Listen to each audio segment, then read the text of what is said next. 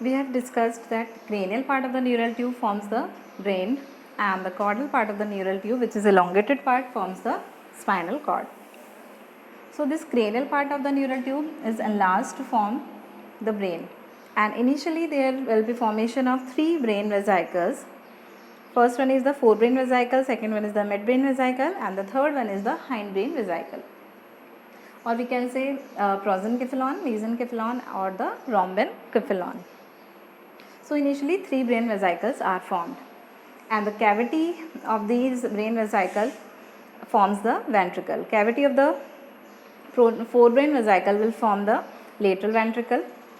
Cavity of the midbrain is called as third cerebral of aqueduct, and the cavity of the rhombencephalon or the hindbrain is fourth ventricle.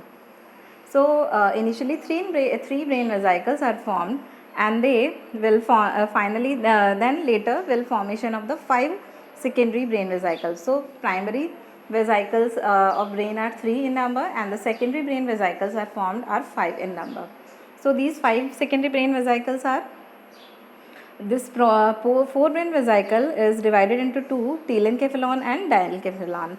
So in the cranial part, telencephalon is formed and the diencephalon caudal to it. Then midbrain vesicle, and this rhombencephalon or the hindbrain vesicle is divided into 2 parts. Cranial part is metencephalon and the caudal part forms the myelencephalon. So these 5 brain vesicles are 5 secondary brain vesicles are formed. Now finally this telencephalon will form the cerebral hemisphere, and diencephalon form the thalamus, hypothalamus, or it forms the diencephalon interbrain, or the thalamus, hypothalamus, this part. And cavity of the telencephalon is lateral ventricle. Cavity of the diencephalon is third ventricle. Cavity of the diencephalon is third ventricle. Cavity of the telencephalon is lateral ventricle. Cavity of the diencephalon is third ventricle. Cavity of the midbrain is cerebral aqueduct, and cavity of the meten and myelencephalon is the fourth ventricle.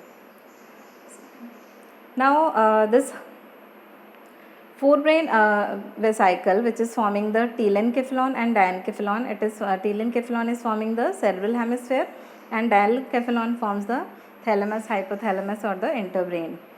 And midbrain vesicle forms the, or the mesencephalon will form the midbrain, and rhombencephalon, which is forming the meten and myelencephalon, metencephalon will form the pons, and myelencephalon forms the pons, and cerebellum is formed by the metencephalon, and myelencephalon forms the medulla oblongata. So thus the formation of the brain occurs. Telencephalon forming the cerebral hemisphere, diencephalon form the interbrain, thalamus or hypothalamus, midbrain vesicle forms the midbrain, metencephalon will form the cerebral and cerebellum and pons, and myelencephalon forms the medulla oblongata. So this was the formation of brain and ventricular system. And cavity, the lateral ventricle is continuous with the third ventricle, and the cavity of the hindbrain, which is fourth ventricle, both third and fourth ventricle are connected by cerebral aqueduct, which is the cavity of midbrain. Now formation of ectodermal placoids. When neural tube is not closed, neural folds contain 2 types of cells, neural crest cells and the neuroepithelial cells.